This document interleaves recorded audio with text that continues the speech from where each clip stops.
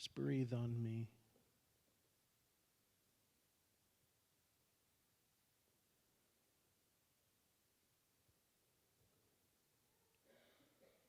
I don't want to waste our time today.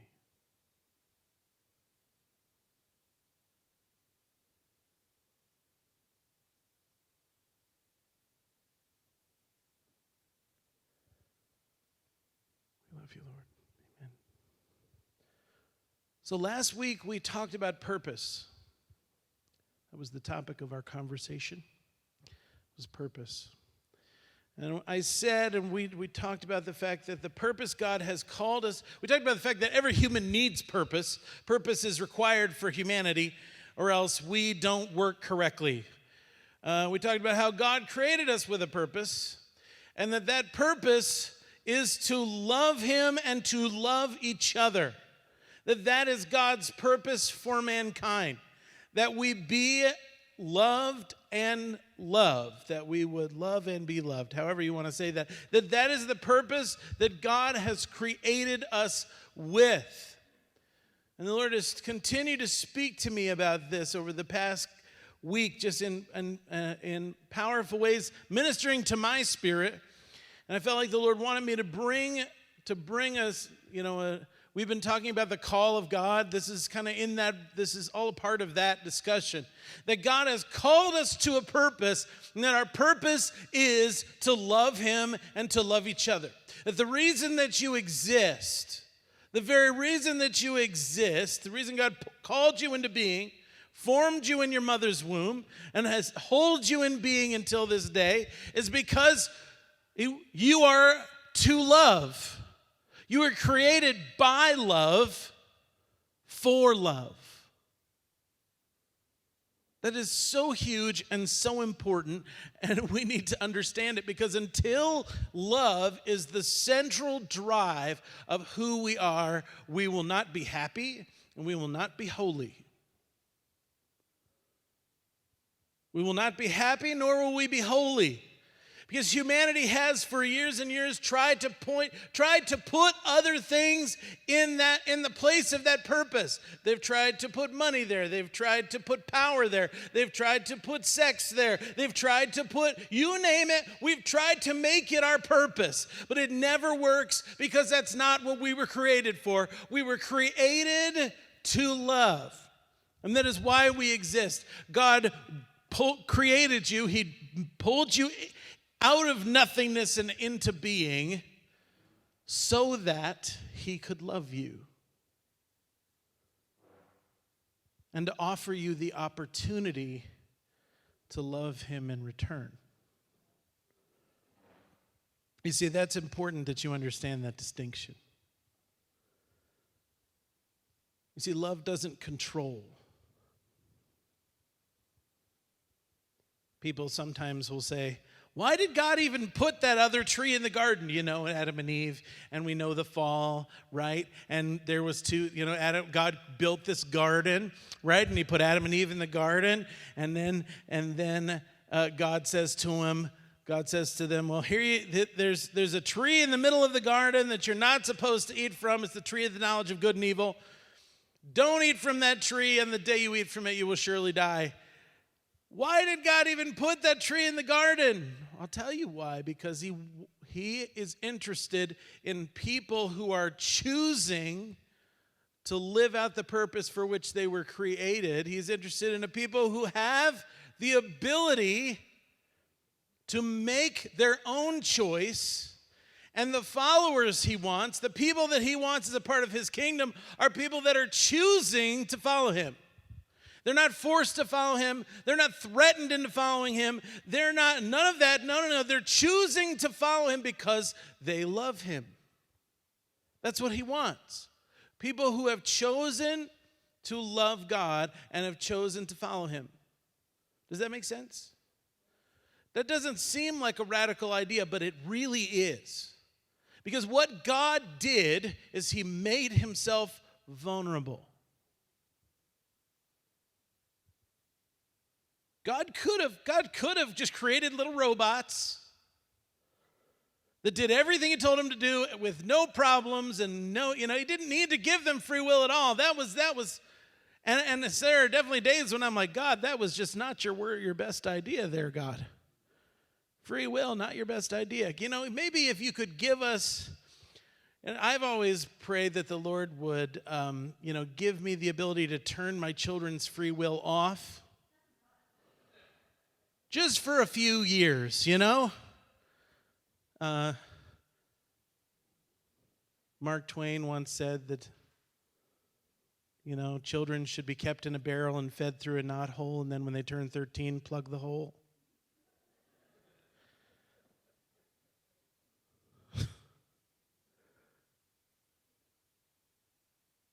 Children have free will, right?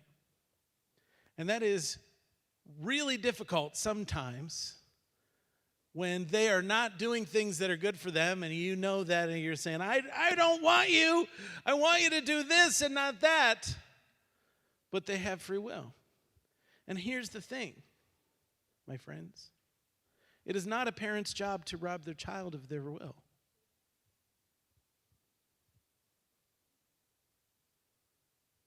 No. It is not a parent's job to rob their child of their will. It is a parent's job to teach them how to use their will wisely.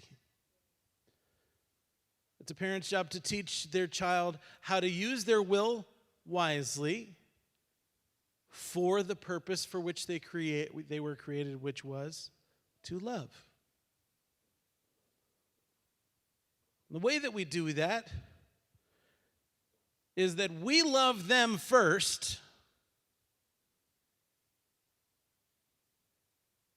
and we let them know when they're not reciprocating.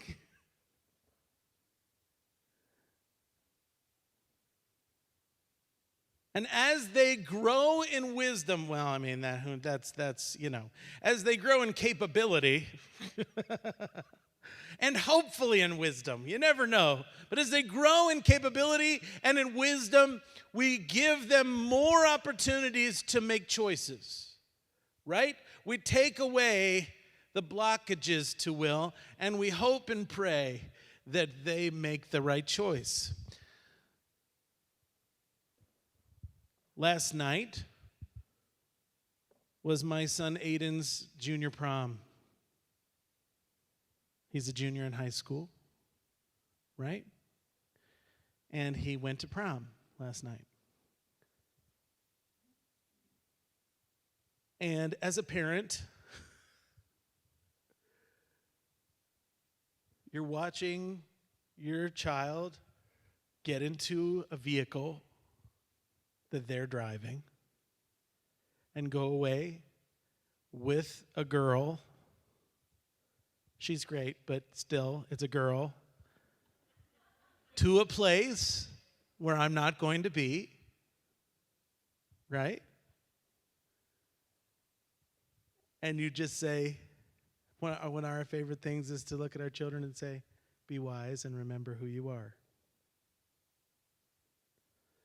But after that, I've lost all control. I have to put my trust in whatever I've put in him over the last 17 years. Woo, that's scary. It is, it's scary. As a parent, it's frightening. But that is exactly what God has done for you. And that is exactly what God is doing. God says, God created us, and God in the old, back then, he placed us in the garden, and then he gave us responsibility, and he said, and I'll be here every night because I love you, and we're going to walk together, and we're going to build a relationship together, but I'm giving you this responsibility. Go use it wisely. And with Adam and Eve, the story is he told them, I'm going to bring the animals to you, and you can name all the animals. That was the first responsibility God gave to Adam, And so imagine, I always imagine that God cringed at a couple of the names that Adam gave. You know that God didn't tell them, look, Adam, here's an elephant. It's an elephant, Adam. No, he said, hey, look at this guy. I'm going to bring you this animal. What are you going to call it? And whatever Adam called it, that's what it's going to be called from that point until forever. That is what they did. What a responsibility. Think about it for a sec. What a responsibility. And what a cool thing that God was doing. He was saying, here you go, son. Living out of relationship with me, living out of my perfect protection, my perfect provision for you. I'm going to give you responsibility, and I want you to use your creativity to do something with me. And whatever it's on you, he's handing that off. God did not get controlling about the names that Adam gave to the animals. I think I would have. No, platypus is a terrible name. Oh my gosh. Really? I know the bird looks silly, but a dodo? I mean, that's mean. No, I don't think that happened at all. It was just God rejoiced in Adam's creativity and in Adam's thought. And I want you to think about this. Because here's what the Lord has done. He has created us and he has called us to purpose, but he has set us loose and set us free in his love to carry out that purpose by whatever means we have within us. Does this make sense? And do you understand how frightening it is? It's frightening to me that some people in this world were given responsibilities that they were given. Haven't you ever seen someone who has a child and you're like, why, God? Why? We license people to drive, but you gave them a kid. Are you with me, everybody? Unfortunately, that's too real, right? But this is how God works. So God has not only given you a purpose, which is to love and to be loved, but he's given you freedom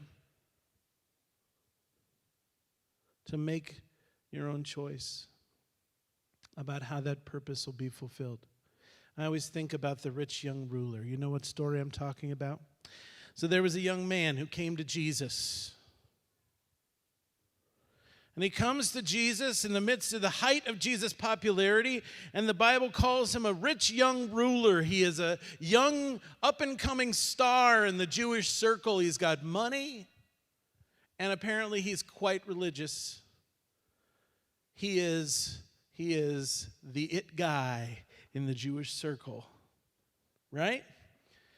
And when he comes to Jesus, my guess, now the Bible doesn't say this directly, but my guess, just because of the way people respond, my guess is that people were like, ooh, if Jesus gets this guy as one of his disciples, it's going to be really good for the Jesus movement. Do you know what I mean? Like, ooh. I don't know who the it, I don't keep track of who the it guys are, nowadays. But insert your favorite it guy, your favorite guy that everybody would be like, ooh. Who is it? I don't know. Give me a suggestion.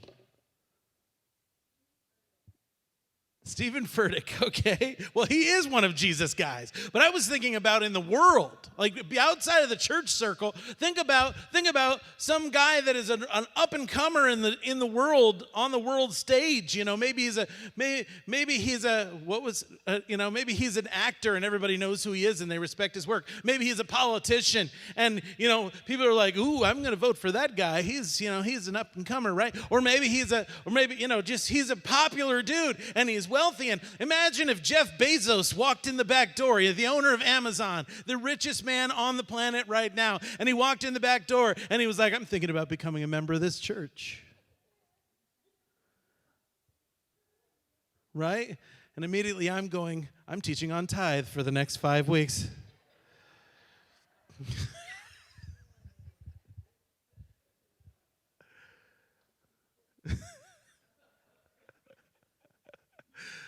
Oh, that's what we're thinking, though. That's this dude.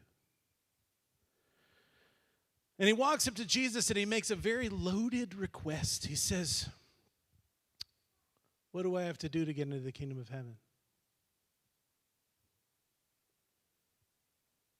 And maybe when you read that, you don't go where I go. My brain immediately goes to, how big does the check need to be, Jesus, for me to get in on the ground floor of this opportunity we call the Jesus movement?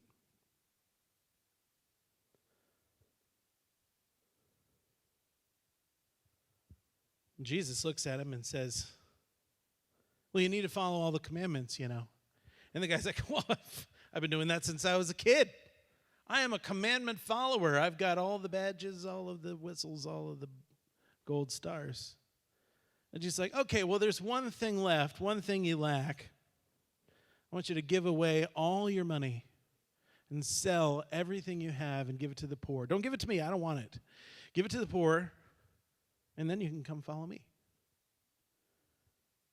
What? Jeff Bezos, I want you to sell Amazon.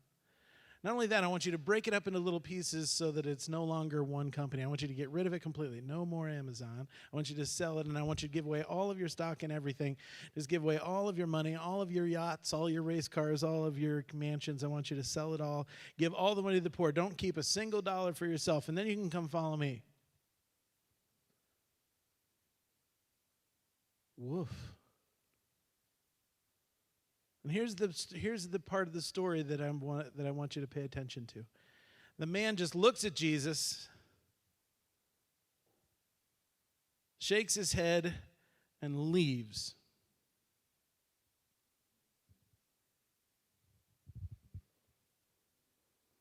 He walks off. He leaves. Now, there's a whole lot of leaders in the world that would have been really tempted to be like, I'm just kidding, Jeff Bezos. You come on back. You only have to give half your stuff away. It'll be okay, right? Not Jesus, though. Jesus just lets him go. See you, Jeff.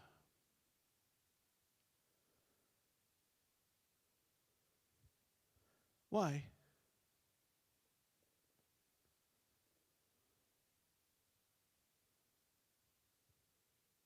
Because that's what God does.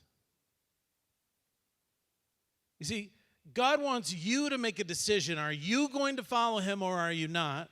Are you going to fulfill the purpose that God has given you? And not only that, how are you going to do it? What's it going to look like? How are you going to walk out your purpose of loving him and loving the people around you? What is it going to look like? That's up to you too. The door is wide open. I want you to come in here. I want you to be yourself, Karen. I want you to be who you are with me. And I'm going to be with you as you do it. And I am going to love you as you do it. I'm going to use you as you to do everything that I have called you to do, because that's what I want. I don't want you to become this little cookie cutter whatever. I don't want you to follow someone else's path. I don't want you to make decisions because of fear or shame or guilt. I want you to leave all that stuff behind, and I want you to follow me and fulfill your life's purpose in the way that I created you to fill it. Using your good sense, asking me for help. You're allowed to ask me for help, and I'll give you help. But I'm not going to make decisions for you, and I'm not going to come into your room and wake you up in the morning. Okay, it's time to get up and do your devotions. Okay, it's time to go to church. Okay, it's time to build a relationship with other Christians.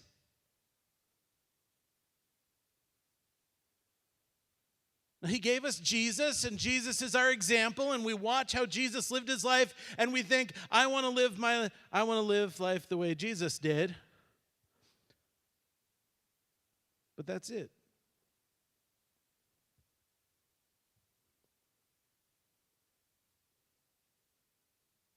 Now, depending on what kind of person you are, that is either a really freeing thing that I've just told you.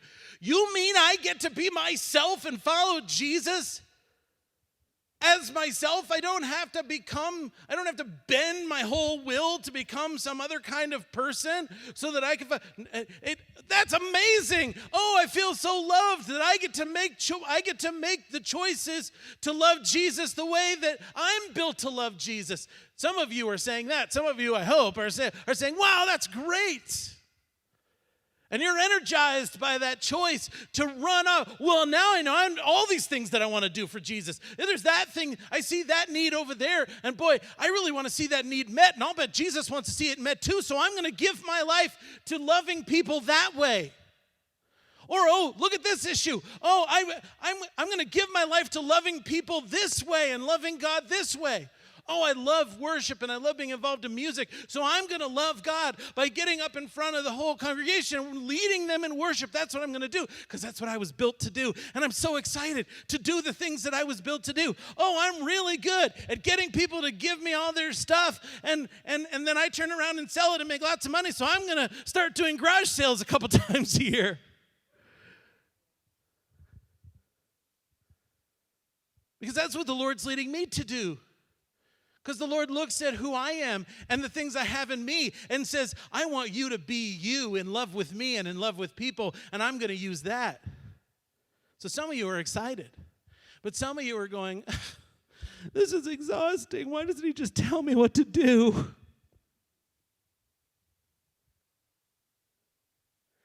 Pastor, I need a step-by-step plan on how to follow Jesus. I need 1, 2, 3. I need A, B, C. You can do 3 points, 5 points, or 7 points, but that's it. There's no 4-point messages.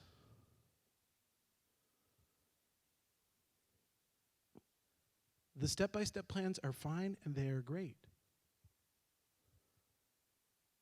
And I usually do give you 3 points, 5 points, or 7 points.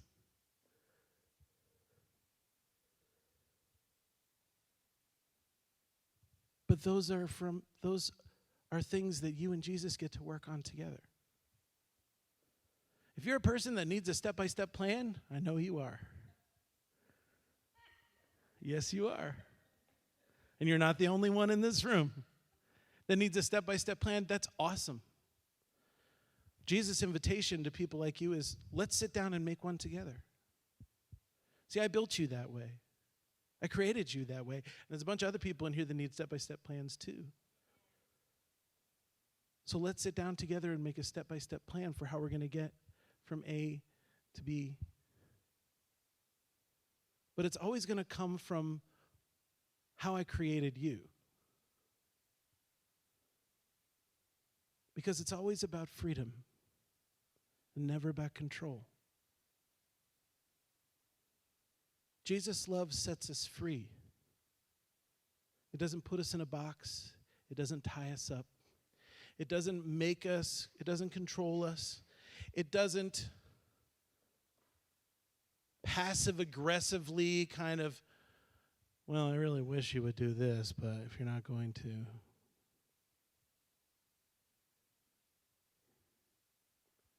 You know, everybody hates to be passive-aggressively controlled, but almost everybody likes to be passive-aggressive. I wonder what that's about. And if you're sitting in here going, I'm never passive-aggressive, yeah, you are. I love you. And maybe not all the time, but you are sometimes. And it might be really good for the people around you that you love for you to discover the times that you're being passive-aggressive and stop. Yeah. I'm speaking to myself too. Because I'm always like, I am not a passive-aggressive person, but then I catch myself in passive-aggressiveness. Does everybody know what passive-aggressive means? It means, okay, let me give you my personal definition of what it means to be passive-aggressive. It's when you have something that you want, but you will not communicate it clearly, but you still expect other people to understand and do that thing that you want them to do. Does that make sense? Does that make sense? That's passive aggression. Passive aggression is, I have this thing that I want you to do. You should already know that what it is that I want you to do. And I'm going to be mad at you if you don't do it. But I am not going to tell you to do it or ask you to do it. Guys, my friends, I love you very much. That is the devil. I'm just going to be clear. That is not a way, that is a way of controlling people. That is not a way of setting people free. And love sets people free. You want to know how to set people free? It isn't, oh, fine, I'm just going to crawl in a hole and never ask anything of anyone. That's not setting people free. Because they're not free to love you when you're not present. And we're going to talk about that in a couple of weeks or maybe next week, about how love requires presence, which is I keep putting that sermon off because it's the one I want to hear the least. I don't want to study that, Jesus, because I don't like being present. I'm an introvert. Anyway. Do you want to know how to set people free? Clearly communicate your expectations and be okay with them not meeting them.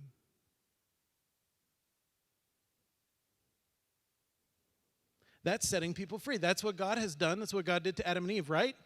You can eat from all the trees in the garden except for that one. Now do what you want to do. And there were consequences for eating from that tree.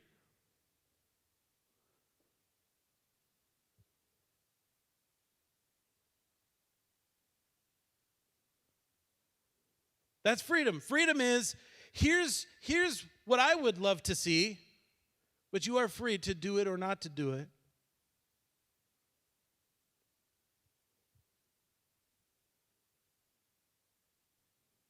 Passive aggression is the expectation without the communication. That's passive aggression. And it is a method of control. It is not a way of setting people free. Imagine how free we would all be if we all felt free enough to communicate our expectations with each other, but also free enough to be okay with people telling us no. Because that's most of the reason people don't communicate effectively, is because they're going to feel rejected when you tell them no. But then when that person doesn't do what you wanted them to do because they didn't know you wanted them to do it, you still feel rejected? So where did you land yourself? This isn't what the sermon was supposed to be about. But here's the idea. The idea is you are called to love, and you've been given this as your purpose. Your purpose is to spend your life every single day loving the people that you encounter and loving Jesus. And what I am telling you today, that was last Sunday's message. This Sunday's message is you are free to do that in the way that you were created to do it. Love is a choice. Love is a decision that we make. And you are free to love people or not to love them. And you are free to love people by being yourself. But love would never ask you to be someone you are not.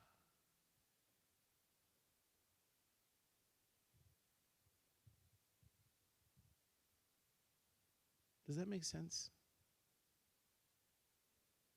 I think we all have such beat up pictures of love that when we hear that, it's really hard to believe it.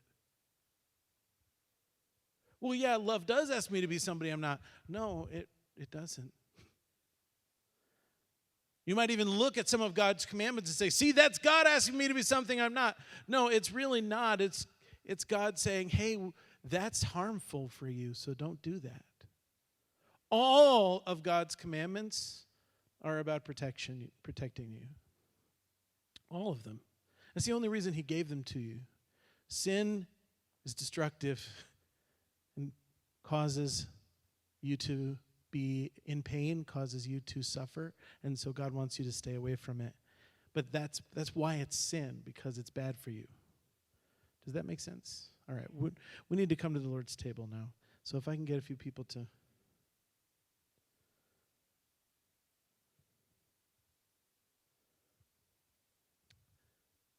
Communion, my friends, is a rehearsal of something that Jesus instituted at the end of his ministry. And it is appropriate that at the end of this message that we would participate in communion, because the communion cup was a marriage proposal.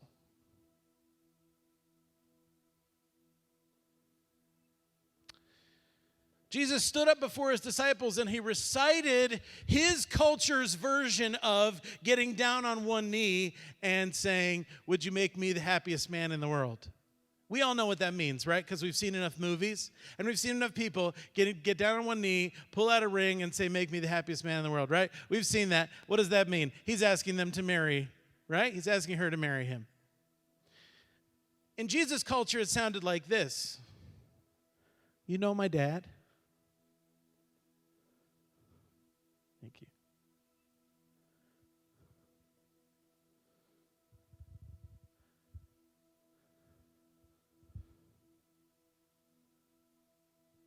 "So you also know me. And I am going to go away and I'm going to prepare a place for you.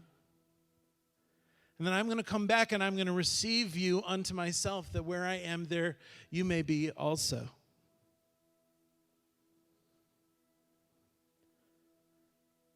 And what this young man would do at his betrothal ceremony is there would be a big party with the whole family there, and the bride would come, and sometimes this would be the first time that the bride would ever meet the groom, which is kind of scary, right? But sometimes this party would be the first time that they would lay eyes on each other. And at some point at the beginning of the party, the groom would hold up a cup of wine, and he would take a little sip of it, and then he would put that cup of wine down, and he would look his prospective bride in the eye, and he would say, "I am now going to go away and I'm going to prepare a place for you. And when I come back, I'm going to receive you to myself, that where I am, there you may be also." And then he would leave and he would go back to his dad's house and he would build a house, a little apartment onto his father's house that was going to be their bridal suite. That's where they were going to live out the first year of their married life. And he would build this place, and his father would tell him when it was ready, and then he would ride into town with all of his buddies and get his bride and take her to the place for the wedding, and then they would go into that little bridal suite and they would live out their first year of married life together. And Jesus, on the night he was betrayed, thank you, he took a cup and he said,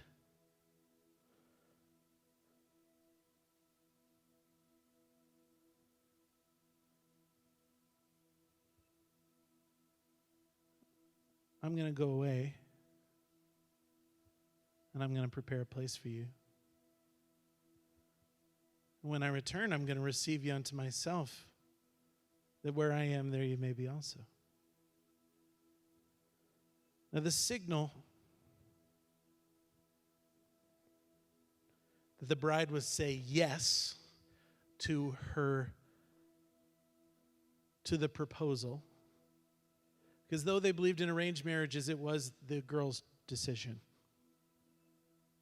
And the signal that the bride was saying yes to her betrothed's proposal, "Yes, I will make myself ready so that when you come back, we can go together and live our lives together." The signal was she would take that cup and she would drink the whole thing. That was the yes. Now, we missed that subtext because we didn't know that that's what that meant, but it is. This is the wedding feast. This is Jesus.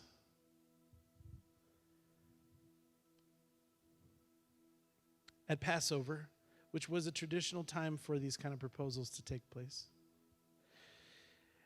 And he took bread and he blessed it and he broke it.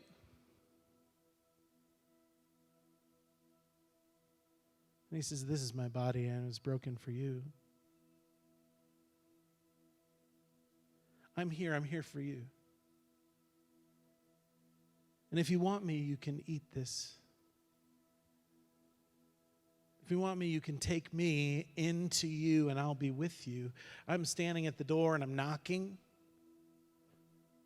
And whoever comes and answers the door, I will come in, and I will sup with him." Here it is. This morning, my friends, if you're saying yes to a life of loving Jesus with your body, but there is one more thing. See, this is Jesus' body, but we are Jesus' body.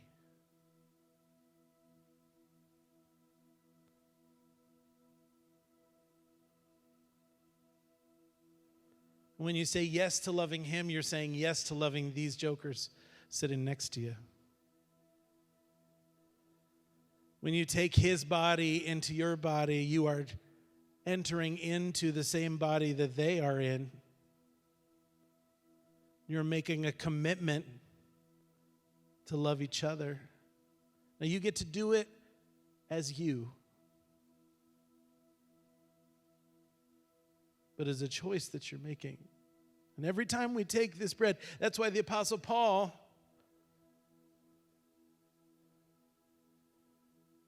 said we should think about it before we eat the bread. And if we have broken relationship between somebody with somebody else that's in the body, we should probably fix that before we take the bread, because this is signifying our unity with each other. And there's a name for a body that doesn't agree with itself. It's called cancer.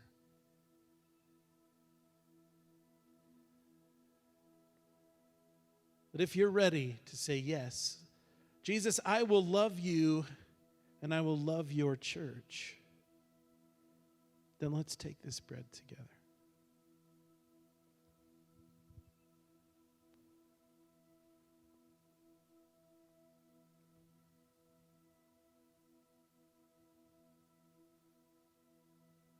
Now here's the cup. That cup is a promise from our betrothed, our groom.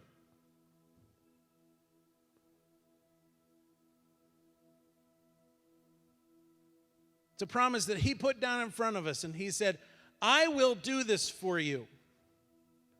If you want it, if you want to spend the rest of eternity with me, loving me. See, I chose you. You didn't choose me. And if you're okay with that, if you give your consent, if you want to be my bride,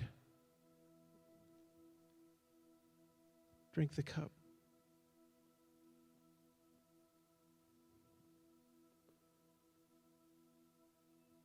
This is our commitment to Christ.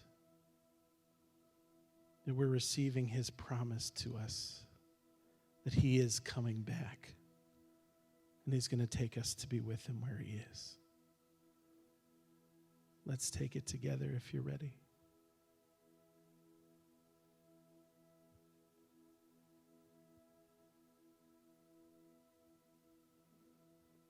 We have a purpose, friends. Loving God and loving each other.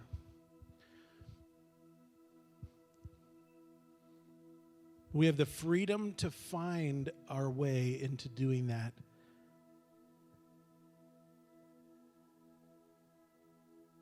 As we become more and more who God created us to be.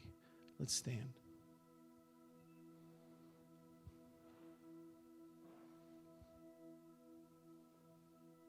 Father, I thank you for my friends in this room. I thank you for their love for you. I thank you for your presence in our midst today. I thank you for the words that you sang over all of us this morning. Lord, I ask, Lord, as we go from this house, that your love for us would live inside of us. And that your invitation